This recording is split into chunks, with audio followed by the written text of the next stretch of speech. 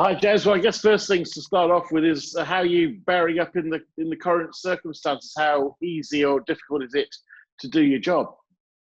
Yeah, nice to speak to you, Michael. I'm absolutely fine, mate. I think when there's so many other people in such worse circumstances than I am, it would not be wise or the right thing to do to talk too much about how I am. I'm fine, absolutely fine. Obviously, missing football, but that's no different to everybody else. Fortunate that I'm at a football club that there's lots of really good people. There's a lot of people that are furloughed at the moment that we're trying to look after as well as we can, who are missing football and their jobs hugely. And we're just trying to get as much done as we can in forward planning for the football club, not really knowing what the immediate future looks like. So I guess the only frustration, which is the same for all of us, is just that uncertainty and trying to plan for lots of different scenarios. I know that in my business, in broadcasting, there's a wide feeling that a lot of things will change in the coming period. And talking to friends and colleagues who work in other businesses, that there's going to be big changes as a result of this long layoff and as a result of the virus. Do you think that football and the areas that you work in will see some fundamental changes as a result of everything that's been going on for the last few months? Yeah, look, I think systemically there's a problem in football anyway, in terms of the income doesn't quite match the outgoings, and I think in the Championship that's particularly noticeable because there's such a huge incentive for those clubs to get into the Premier League because of the resources and the windfall that brings. So I think the Championship, if you have cumulative losses of whatever it was last year, 385 million, that doesn't really add up to be sustainable in the future. And I think that perhaps the reset button in football was going to need to be pressed anyway. I think all this has done has probably brought that to a sharper focus, and it means that there will be a lot of discussion, I think, regardless of how quickly we can start again and whether it's initially played behind closed doors or not, as to if clubs can't control their own finances, how can the authorities do that for them? And we know that football clubs can't make money if it's just at certain levels that there is going to be loss. But I think there's a big difference between manageable losses and unsustainable losses. And I think in the Championship, those numbers just look wild in comparison. So I think that there will be some differences in the way football's governed in the future. To some extent, the football club pressed that reset button in the January transfer window, didn't it? It very much went with the new model, looking at younger players. Do you think that's put Lincoln, hopefully going forward, in a better position to cope with the problems that are around? Yeah, I think the fact that Lincoln is such a really very well-run football club helps the most. We've got an exceptionally astute, detail-orientated and very intelligent owner, a really strong board. Whatever I've just said about Clive is the same with Liam. His grasp of the detail across the whole business is superb. And I think the club is really, really well run. I think that not just what we were doing in January, but probably the reason for appointing Michael Appleton, and maybe even 18 months before that, the work that we've done behind the scenes with the academy, it was all groundwork, if you like, and foundations in place for knowing that the trajectory the club took in that unbelievable period of time under Danny and Nicky couldn't be sustained. And for the club to make the next step, it's going to have to be done in a different way. And I think that means that in the current climate, maybe that does put Lincoln a little bit closer to the pack in terms of spending, and in terms of the work that we're doing and the way we're trying to do it will actually give us perhaps even greater reward for the model that we're trying to create in the football club. I know you've talked about this in some fans forums, and we did an interview on Radio Lincolnshire, about 3 or 4 weeks ago now. But just for those who haven't heard, give them an outline of what your responsibilities are at the football club. Yeah, I mean, it's a really wide-ranging role, isn't it? And depends a little bit from club to club. But here, it would be to work with the board on the longer-term strategy around how we recruit players, the model in terms of how we develop and eventually how we try and trade so that we can generate revenues that then can be reinvested, how we can develop the training ground, how we manage and improve each of the departments that surrounds the actual playing staff in the first team. So that would be sports science, medicine, recruitment, analysis, and then the academy. And the academy is a really important function for the football club that obviously has suffered a little bit in the past at Lincoln because of the time spent out of the Football League and the loss of funding and the loss of players, without the registrations being held. But it's something that if we're going to try and look at external recruitment to develop and bring through young, exciting players, we absolutely have to do that internally as well. And that's what the academy is. It's a method of recruiting our own and developing our own. So I think that would sum it up. I guess that the tip of the iceberg for me, and the bit that I will probably be judged on the most, is around recruitment, because we do a lot of the legwork for Michael. But that whole process is really governed by what the club's trying to achieve and what the manager wants to achieve. And we're just the eyes and ears of the manager, really, and get it to a certain point that allows the manager to have the time he requires on the grass with our players and preparing for 2 games a week, whereas we can do a lot of the legwork for a lot of that recruitment process and probably at the very end of the recruitment process, put the deal together with the agent and the player in another club.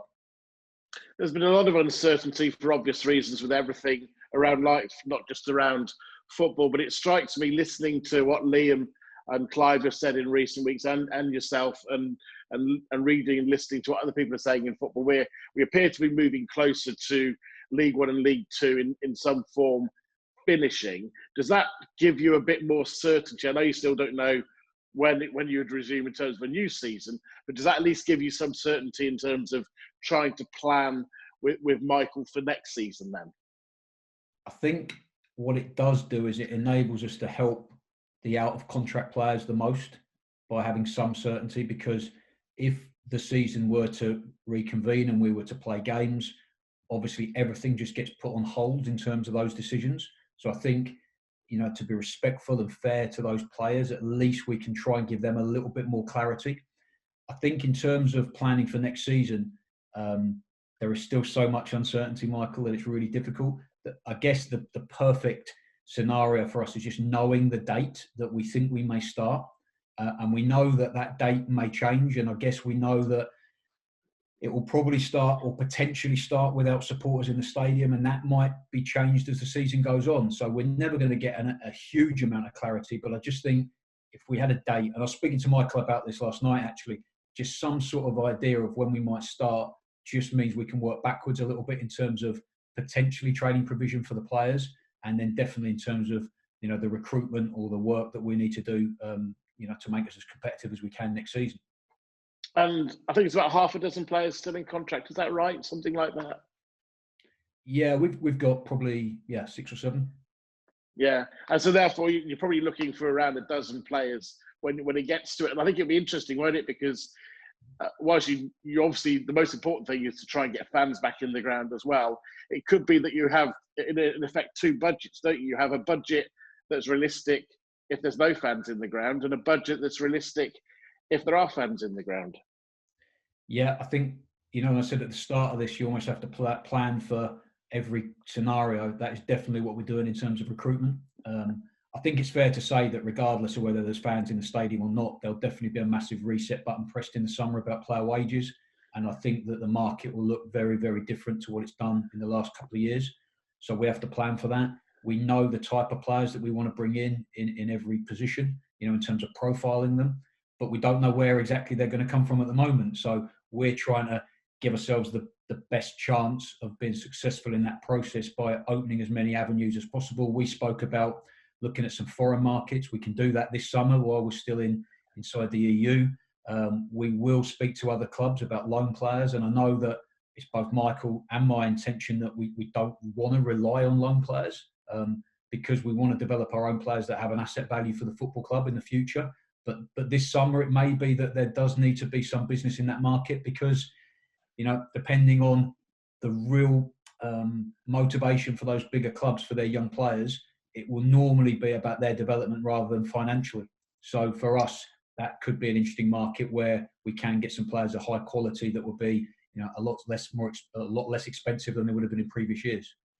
Do you feel your budget as a club, perhaps before the crisis, was maybe in the bottom half in League One, and now actually has moved up a little bit? I mean, you don't know what other clubs are going to spend, and as you said, there's so many buts and maybes. But do you think that perhaps budgets have come a lot closer than perhaps they would have been? Yeah, I think the last point is the best point. It is I think they'll be closer. I think there'll be less of a scale between the very biggest budgets and the smallest budgets. I think they will get closer together. I think the closer together they get, the better it is for us, because I think we back ourselves in terms of process. We have a manager who is an exceptional coach, who's exceptional at working with the players on the grass, and we think that if we can recruit a team that's competitive, then we can take advantage of a situation where it's a little bit perhaps more even a playing field. I think it'd be fair to say another of your jobs is to be part of a bridge, isn't it, between the youth setup and the senior setup, and a lot of football clubs, it's a real challenge, isn't it? Let's be honest. That if I've heard many a manager I've interviewed over the years saying, "Oh yeah, I'd love to play young 17-year-old X, but at the moment I need to get 3 points on Saturday to make sure I keep my job."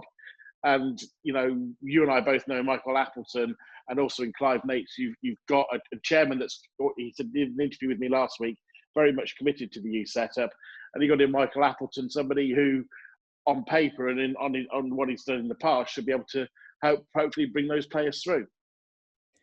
Yeah, the absolute first thing though is that the youth setup needs to be good enough, and the players in it need to be good enough, because you can't ever ask a manager to put a young player in the team who isn't good enough. So that's the first thing that we've had to sort out in the last 18 months, is getting certainly the scholar group to a level where we believe there is aspiring professional footballers in the group. And when we reconvene, whenever that might be for next season, we will have a group that we genuinely think has got players in there that can be professional footballers and potentially can play in Lincoln City's first team. So that's the first part of the process, and that's creating the right environment. To do that, you need the right staff, and then we'll have spoken before, Michael, about what we've done at 16 to circumnavigate, perhaps a lack of depth in the programme from 9s to 16s, with the partnership at Lincolnshire and the boarding house, and been able to spread the net a little bit wider. But long term, the reason we spoke in the press about the emerging talent programme over the weekend is that we absolutely need to strengthen the 9s to 16s programme as well, because we don't want Lincoln City to be a club who in 10 years' time are still relying on players that have been released potentially by other clubs. We need them to have that journey through our scheme. And, Hayden Cann's a brilliant example of that. A kid who, Navenby, really local, from 8 years old, has been in our programme all the way through. And he's got a scholarship, not because he's local, he's got a scholarship because he's absolutely good enough and he's a real good prospect for us. So that's the model that we have to get to. But you're right in saying it doesn't matter how good that is if the stability around the football club doesn't allow the manager to feel as though he's invested in giving these players an opportunity. And I think some managers don't do it because they're not capable of doing it. They're literally, they don't know how to develop young players and give them that first opportunity. And a lot of managers do it through fear of their job. So I think the fact that we have such stability, we have a manager who has the ability to do this, but also the belief in young players. And you saw that last season. He was unequivocal in his belief of those young players, even when some of the results were going against us.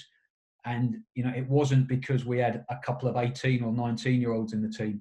So it's easy always as a manager to blame or to step away from a young player when it goes wrong or there's one bad result or one bad performance. But at the moment we think all of the conditions at the club and the environment at the club, from the board all the way through to the first team and into the academy, that we can successfully produce our own players.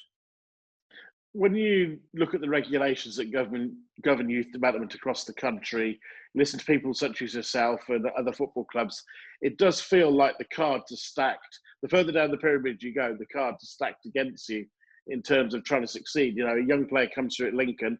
We had Jack Hobbs, great example, came through, ended up going to Liverpool. Of course, that makes some good money for Lincoln City, but he only played about 16 minutes for the Imps. It strikes me that that's the difficulty, isn't it? If you get a real gem, because of the rules, a lot of the big clubs, Yeah. and we've got Leicester just down the road, a Premier League club with sufficient funds just to come and cherry pick, and they've done it in the past, of course, with Lincoln players, come and cherry pick a player. Of course, but that's where a manager of the calibre of Michael Appleton, and the club being, we hope, an established League One club and aspiring to go higher, massively helps in that process, Michael. So it makes it harder for the players because the bar is much higher to get in the team in the first place, but it does make it a lot easier for us to keep hold of our most talented players. And I think there's always a balance in this, because there will be some schoolboy players that it's right for them to go to one of those bigger clubs and for the club to get compensation. And our job is to get more compensation than the rules dictate and to get some add-ons so that if that player is successful, the actual academy and the football club can benefit for years after.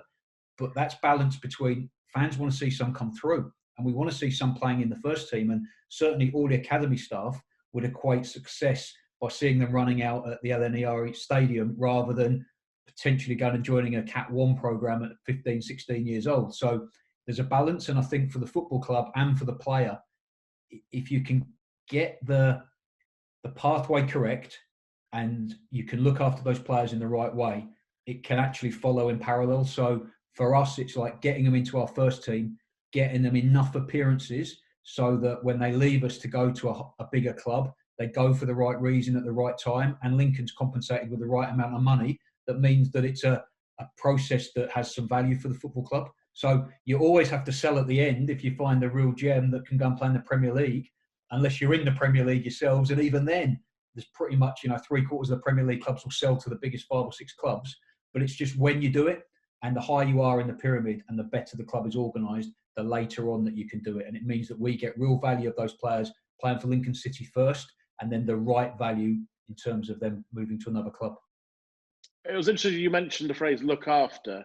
Is that actually the answer to the question, in a sense that you can say to a parent, "Yeah, look, they can go to Leicester or go to Nottingham Forest or go to Leeds United, but here at this football club, we have this educational programme. I notice you advertise for a head of boarding or, show seems to do with accommodation for young men as well."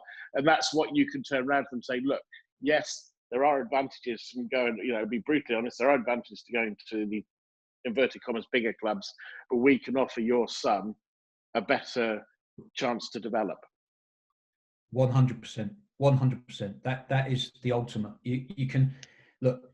Football's full of contracts that don't really mean anything, and it's the same at every level. That the best contract is that the player loves it, and the parent sees the value in the football club, and the last thing they want to do is leave. And that's our responsibility in terms of providing them with the absolute best games program that we can, so they go and play the biggest clubs when they're developing as young players. They've got on the best tour programs and go and play in brilliant tournaments abroad.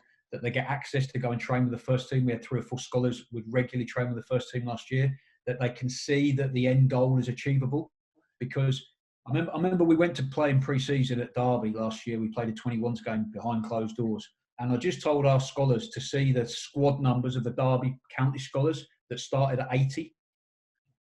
Now, I'm not saying there's 80 players between them and the first team, Michael, but there's 22 max players in our first team squad, and then there's the scholars. So the biggest thing that we have as an attraction at our football club is that pathway into the first team. If you're good enough, you'll get an opportunity, and you can achieve it. Whereas if you go to one of the bigger clubs too early, you can get lost in just so many players and so many players between you and what the ultimate ambition is, which is to play in the first team. So doing a really good job is the best way of keeping your young players 100%. Finally, do you look at another club in the country and think they've got it right, or another couple of clubs? I mean, I look at Oxford, for example, obviously Michael's old club. They've been selling players for good money to teams above them. I look at Brentford, perhaps a traditionally smaller club who've gradually built, got the new ground now. I mean, clearly money's been put in there as well. But do you look at other clubs across the country and think, yeah, a bit of this and a bit of that is kind of where we're going? Obviously, it has to work for Lincoln as well. Yeah, look, it has to work for Lincoln, and you have to take your experiences from other clubs and your experience of what other clubs have done. And obviously, you admire some clubs. I think you hit the nail on the head again, though, Michael, where I wouldn't look at one club and say, we want to be them. But there are some things that those clubs do that you have to acknowledge are really good. And therefore, in terms of maybe recruitment and selling young players, there's a couple of clubs do that very, very well. There's some clubs very good at getting their youth players into the team. You mentioned Brentford. I don't know whether I agree with Brentford's model insofar as if everybody did that, there'd be no young players getting an education from 9 to 16. But I really respect the fact they've done something different. And I think sometimes what clubs have to do is find out what is the model that works for them. And that's definitely something we've been trying to explore, myself, the board, looking at some longer term stuff. We'll speak at some point in the future about how we're going to try and bridge the gap and it'll probably be a year away this, but from the 18s to the first team, because I don't think under 21 football is the right thing. You just end up playing the same kids that you've played since you're 8 years old if you're not careful, and it's so far away from being what the first team demands are. But we've got to do something there that's really innovative and right for Lincoln City, rather than trying to copy other clubs. So I think you can respect what other clubs do, and you can see some good in different parts of the model. But for us, what we want to try and do is, look, this might not be possible, but we want to be the best at everything to be successful. And we know that for Lincoln City to go and play one league above where we're in now, we're going to have to massively punch above our weight. And we're going to probably have to find a way a little bit different to everybody else to do that. And I think that's the most exciting thing. You know, again, we're speaking, Michael and I was on a call this morning, and we both think that it's probably quite simple, isn't it, to go and find the best players and pay them the best money. But to actually go and try and recruit in areas where others don't, and try and spot things that others don't, and try and develop our own and do it in our own unique way, and maybe have 2 or 3 innovative programs that help us do that. I think we want to just create a football club that's successful, and one that Lincoln can be proud of, and not just proud of the success on the pitch, but proud of how it's achieved. And that's a big motivation for all of us. Just finally, a lot of people obviously very worried about the current situation, the future in their own lives, perhaps looking at the football club as part of football in general and being worried. It strikes me you're a very much a positive, or try to be a positive looking type person, and you clearly feel, you know, very positive about the future of the club, albeit within some very difficult constraints. Yeah, we're going to have to come through a really difficult period of time, Michael, aren't we? And one that none of us have ever experienced in our lifetimes. And I guess the next few weeks and months, we're all going to have to tread carefully, and we've got to make our own risk assessments all of the time, and we've got to take our own personal responsibility for a lot of decisions that we've never had to make before in our lives. And, you know, we can blame government, and we can blame messaging, and we can blame everybody, but we've all got to play a part in getting through this, I think. And no one's certain. You know, the reason the messaging from government is vague is they don't really know either, do they? You know, they're trying to learn and find out as they go on. So all I do know is that there's so many millions of people. So many, football enriches the lives of so many millions of people in this country, and it's so important. You know, football will survive. And I look at Lincoln City, and I just think that when I look at our owner, I look at our CEO, I look at our board, I can't see many clubs will be able to handle the challenges better than we will. So that's what gives me the most confidence. And we do so in a way where everything here is so centred around the fan base and the city. And that's why it's a club that it's fantastic to work for, because the owner genuinely is a man of like the utmost integrity, where the decisions he makes are almost in everybody else's best interest rather than his own. And that's so unique in football. So look, it's going to be tough, it's going to be challenging, and we're all missing football, but there's so many challenges that we're going to face in life over the next few weeks, months, and possibly even longer, that as long as we try and attack it in a positive way, I think, and show the resilience that every football fan has to develop, because there was many tougher times in Lincoln's history than there has been in the last 2 or 3 years. I'm sure we'll all get through it.